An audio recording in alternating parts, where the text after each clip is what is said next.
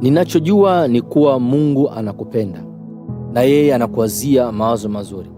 Unajua yeye amesema katika neno lake kuwa anao mpango mzuri kuhusu maisha yako.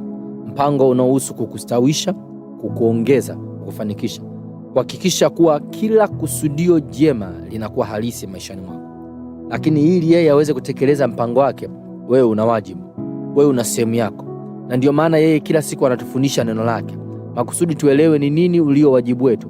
Na katika kufahamu, katika kupata uelewa huo, tunaweza tukasimamia kwenye kudai haki na hivyo kumruhusu yeye ahusike maishani mwetu. Bwana Yesu asifiwe. Mimi ninaitwa Mwalimu Daudi Mwarizo na ninakukaribisha katika maisha ya ushindi. Neno la Mungu linasema katika kitabu cha Warumi sura ya 12 mstari wa 1, basi ndugu zangu, nawasihi kwa huruma zake Mungu, itoeni miili yenu iwe dhabihu iliyo hai, takatifu, ya kumpendeza Mungu, ndiyo ibada yenu yenye maana. Tunapoangalia hili andiko, jambo la kwanza tunakutana basi ndugu zangu. Hapa tunaona Paulo alipokuwa akiwaandikia Warumi, aliwaandikia watu wa kanisani. Hakuwaandikia watu wa mataifa, la, aliwaandikia watu wa kanisani. Ndiyo maana anawatambulisha kusema ndugu, anawaita ndugu, yani waumini. Kwetu sisi tungesema basi wapendwa, basi watu wa kanisa letu, basi watu wa jamaa tunaomwamini Yesu kwa pamoja, wa Kristo. Kwa hiyo huu ni waraka unaoandikwa kwa Wakristo. Lakini kinachovutia ni kwamba licha ya kwamba anawaandikia Wakristo, anawapa usia. Anasema, nawasihi kwa huruma zake Mungu, itoeni miili yenu iwe dhabihu iliyo hai. Sasa hapa tunakutana na jambo ambalo inawezekana katika nyakati zetu kidogo likaonekana kama kukinzana. Watu wengi wanaamini kwa sababu wamemfahamu na kumpokea Yesu kuwa Bwana na Mwokozi wa maisha yao, basi tayari miili yao nayo inaokoka, nayo miili yao inamfuata Mungu. Lakini sivyo mwandishi anavyoonyesha.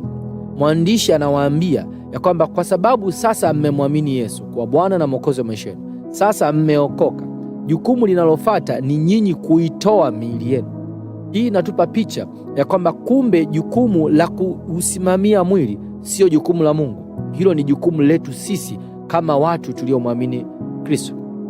Lazima tufahamu ya kwamba tunapookoka, roho zetu ndio zinabadilishwa, lakini miili yetu huwa haibadilishwi. Bado miili inatamani kama ilivyokuwa mwanzoni, bado miili inataka mapenzi yake kama ilivyokuwa mwanzoni, kwa sababu mwili haswa ni wa duniani, mwili hauendi mbinguni.